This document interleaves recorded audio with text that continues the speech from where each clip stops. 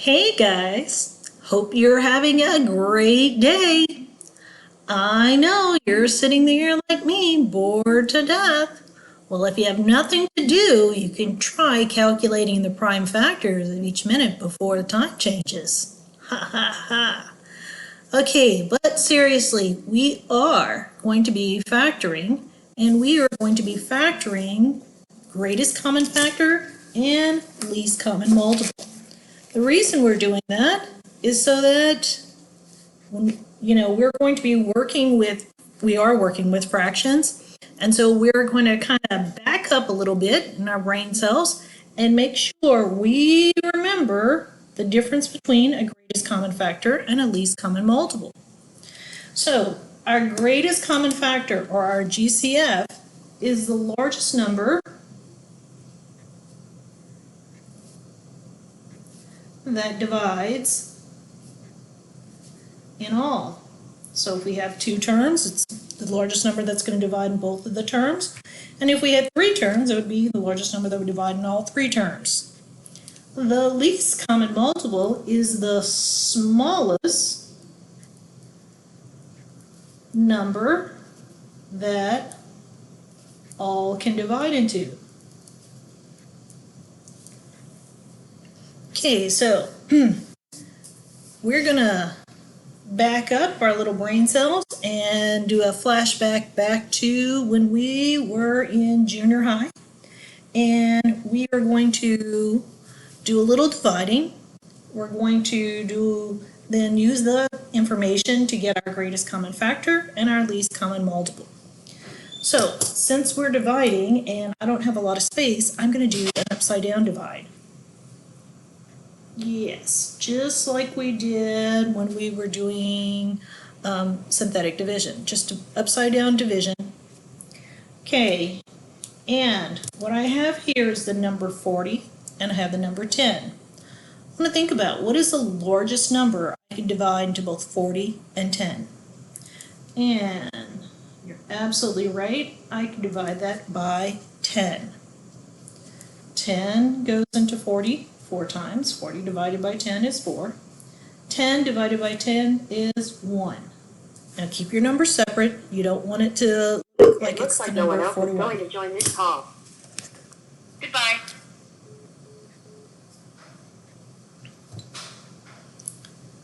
Okay, so now, once we have that, there is not a number that I can divide both 4 and 1.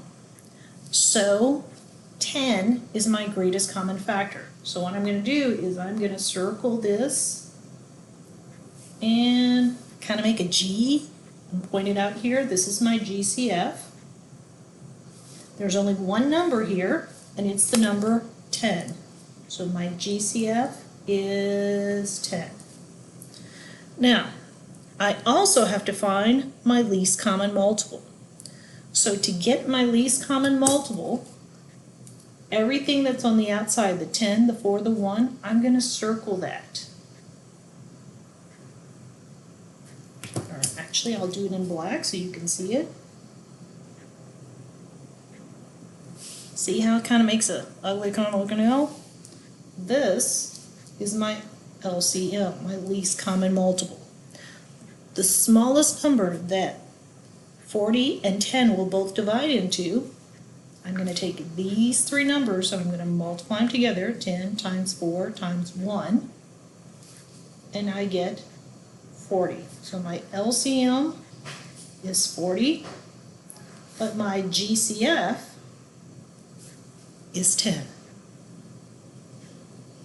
Okay, I want to try it again, and I'm going to skip on down. I'm going to skip the algebraic expression and go down to number 25 just so we can make sure we're clear on what we're doing here. So, oops. Looking at number 5. Again, I'm going to make my upside down division sign, and I need you to think of what's the largest number that will divide both 25 and 55. And it is the number 5. And yes, that just kind of happened to be there. 25 divided by 5 is 5. 55, when I divide that by 5, I get 11. So sitting out here, my divisor, that is my, see my ugly G? My GCF.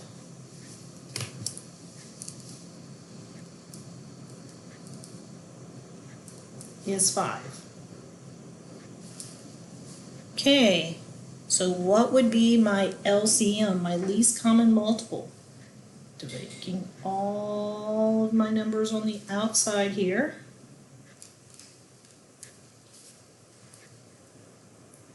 Because I have more than one number, I gotta multiply them together. 5 times 5 times 11. And 5 times 5 times 11, gonna have to consult my handy dandy calculator because I don't know that.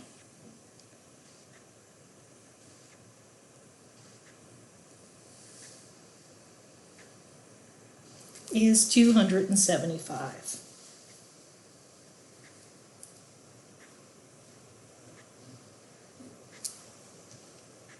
Okay.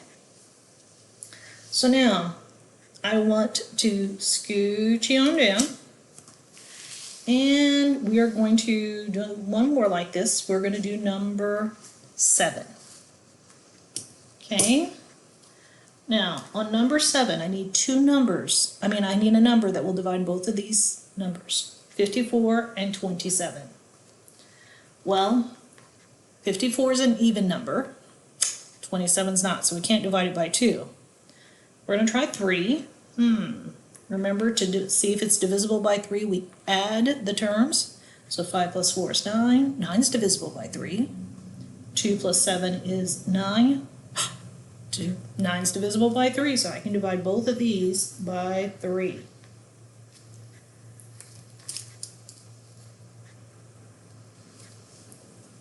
$54, when I divide 54 by 3, I get 18. 27, when I divide that by 3, I get 9. Ooh. Is there a number I could divide in both of these? Why, yes, there is. We can divide both of these. So we're going to divide again, and I'm going to try 3. 3 will go into 18, 3 will go into 9. 18 divided by 3 is 6. 9 divided by 3 is 3. Oh, wait. Is there another number we could divide? Why, yes, we could divide both of these by 3 again. 6 divided by 3 is 2. 3 divided by 3 is 1. Now, some of you are pretty smart, and you could have used numbers larger than 3, but I had to do it one step at a time, and that's okay. So, now I'm ready to figure out my GCF. My GCF is all of these divisors. If I have more than one, it's all of these divisors. So my GCF is 3 times 3 times 3. So 3 times 3 is 9. 9 times 3 is 27. The GCF is 27. My LCM, I'm going to take all of my divisors and my numbers down here. So my LCM is 3 times 3 times 3, my divisors on the outside, times 2 times 1. So we said 3 times 3 times 3 is 27. 27 times 2 is 54. And 54 times 1 is 54.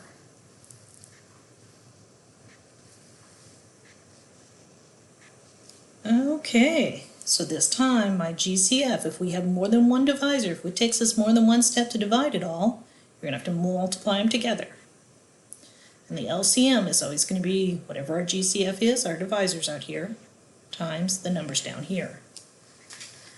Okay, so now I want to get to some algebraic expressions. And I'm going to ask you to skip on down to problem number 11. Number 11. Okay, on number 11, this time I have some letters because, that's what we're going to be dealing with is some letters. So we are going to have to divide this. What is the largest number we can divide in both 18 and 54? And some of you are like, ooh, what about 6? Absolutely, 6 divides in there. If you started off with 2, you could start off with 2. You're just going to have to divide a few extra times. Okay, but what else do you notice that we could take out of both of these? Both of them have in common a y squared. Oops, let me put this 6y squared. 18 divided by 6 is 3. If we have a y squared and we take out y squared, we don't have any y's left. 54 divided by 6 is 9. If we start with the y squared, but we take out the y squared, we have no y squareds left. Okay, can we divide these two again? Yep. We can divide both of them by a 3. So 3 divided by 3 is 1. 9 divided by 3 is 3. So my GCF are these divisors over here. My GCF is 6y squared times 3. 6 times 3 is 18. We have a y squared.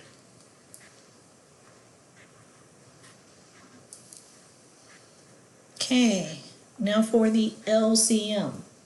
My LCM is all of my divisors times my multiples. So my LCM is 6y squared times 3 times 1 times 3. So when we multiply that together, we have 6 times 3 is 18, times 3 is 54, and we have a y squared. My LCM is 54y squared. Alright, so last one we're going to do together is number 13. On number 13, start with our divisor. What number can we divide in all three? Well, ends with a 5 or a 0, so divide it by 5. And I see it has some letters. What letters do all of them have in common? They all have an X. And it's x to the first, x to the first, x to the first. Do they all have a y? No. So we're going to start off dividing by 5x. 105 divided by 5 is 21. If I have an x to the first and I take out an x to the first, I won't have any x's left. 30 divided by 5 is 6. I have a y. I didn't take out any y's, so I still have this y. And then 75 divided by 5 is 15. Oops, I had an x first, took out an x to the first, so no x's left. Right here on this 30, we divided 30 by 5, got 6. We had a y, I didn't take out any y, so here's still my y. I had an x to the first, I took out the x to the first, that's why I have no x to the first, x's left.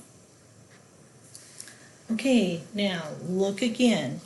Can I divide these three numbers by something? It's the largest number we can divide all three of these by. And the largest we can divide them all by is 3. 21 divided by 3 is 7.